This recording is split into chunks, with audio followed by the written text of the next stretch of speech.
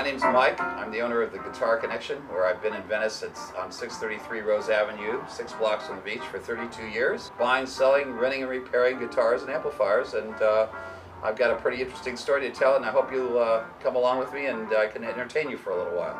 I divide my store basically into the Fender wall and the Gibson wall. So this here's the current lineup on the Fender wall, Tellys and Strats, and then over there in the bass section we got a couple of Fender basses as well. And that's a 74 Telly Deluxe, which is a beautiful guitar. That was a guitar they introduced in the early 70s that they made for about 10 years, but people didn't really like them, and you could pick them up super cheap back 30 years ago for like 150 bucks because people thought the pickups sucked.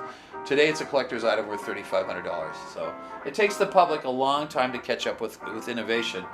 They like things traditional. They don't like change. And so when companies try to do something new and original, they very frequently have to abandon it after 5 or 6 years because of low sales. And then 25 or 30 years later, the public catches up with it, and it all of a sudden becomes a cool guitar to own. That's what happened with the Telly Deluxe. These are two 72 Tellys that are basically stock. This one here is a 2004 that I bought a few months back. Very nice Telecaster. And I've done some custom wiring on some of these instruments, which we'll do a little demonstration on later. This is a 2001 American Standard.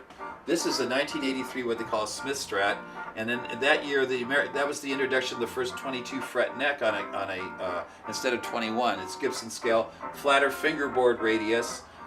They changed the jack arrangement to this, and one volume and one tone. Dan Smith was the designer, so that's why it's called a Smith Strat.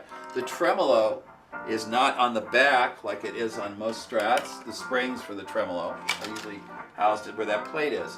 These springs are underneath the pick guard, so that was a pretty radical change. So this here is an early custom shop Strat. You identify custom shop guitars by this emblem that was placed on the back. And this is unique. It's got a probably the biggest neck curvature-wise that I've ever played on a Fender guitar, and it's very lightweight. This is a custom color. I've toyed with keeping it because it's still here, but I already have enough Strats, so I'm not going to keep it. I guess it's going to go one way or another, eventually in a trade or a sale. This here is a 1985 Japanese 62 reissue, which is the Japanese guitars from that period from Fender are now collector's items. I predicted that would happen years ago, and it has come true. This used to be, let's say 20 years ago, this was a guitar you could pick up for about 300 bucks. Okay? Today it's 1,200 bucks. Of course there's inflation too, you have to consider that. That's pretty much it on the Fender wall.